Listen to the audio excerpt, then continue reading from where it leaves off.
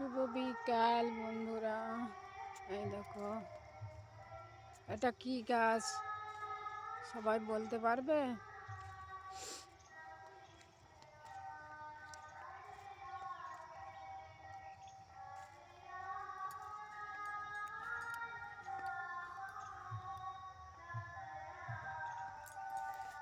এই দেখো, আমি ভিডিও করতে এসেছি বন্ধুরা। দেখো, তোমরা সবাই কেমন আছো? ভালো আছো? খুব ঠান্ডা পড়েছে, ভালো থাকবে।